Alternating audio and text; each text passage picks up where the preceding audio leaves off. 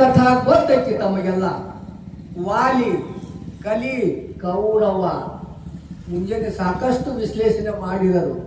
ಕೌರವ ದುರ್ಯೋಧನ ಬಂದ್ರಿ, ಹೌದ್ರಿ? ದುರ್ಯೋಧನ ಕೌರವ ಹತ್ಯಕ್ಕ ಭಗವಾನ್ ಶ್ರೀಕೃಷ್ಣ ಪರಮಾತ್ಮ ಸಂಧಾನಕ್ಕಂತ ಹೋದ. ಅವರು ಬೇರೆ ಎಲ್ಲಪ್ಪ ನಿಮ್ಮ ಅಂತಂಬರು ಒಂದು ಅರ್ಧ ರಾಜ್ಯವನ್ನ ಕೊಡ್ರಿ. ಅದೇನು ಆಗುದಿಲ್ಲ, ಕೊಡುದಿಲ್ಲ.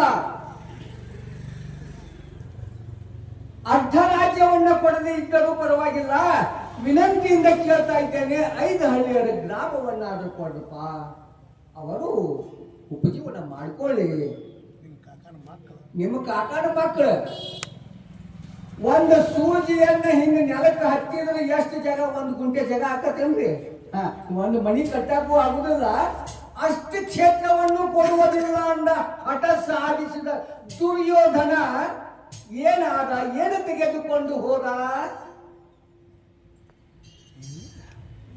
ಪಾಂಡವರ ಯುದ್ಧವನ್ನ ಮಾಡಿ ಅಣ್ಣತಮ್ಮರನ್ನು ಸೋಲಿಸಿ ಗೆದ್ದುಕೊಂಡು ಸಂಪತ್ತನ್ನು ಪಡ್ಕೊಂಡು ಏನು ಸುಖ ಭೋಗವನ್ನ ಪ್ರಾಪ್ತಿ ಮಾಡಿಕೊಂಡ್ರಪ್ಪ. ಇದನ್ನೆಲ್ಲ ನಿನ್ ಕಥೆಯೊಳಗೆ ಕೇಳಿ ಇತ್ತು. ಮತ್ತೆ ಮೋಹಿಪರೇ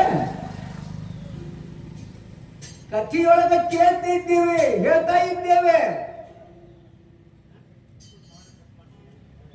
ಇಲ್ಲಿ ಸಗರ ಅಂತಕ್ಕಂಥ ಒಬ್ಬ ಮಹಾರಾಜ, ಅವನಿಗೆ 60,000 ಮಕ್ಕಳು ಇದ್ರು ಅಂತ ಪ್ರಮಾಣ ಐತ್ರ. ಮತ್ತೆ ಸುಳ್ಳು ಹೇಳಕ್ ಕೊಡುದಿಲ್ಲ ವ್ಯಾಸಪೀಠ ಮೇಲೆ. 60,000 ಮಕ್ಕಳು ಇದ್ರು.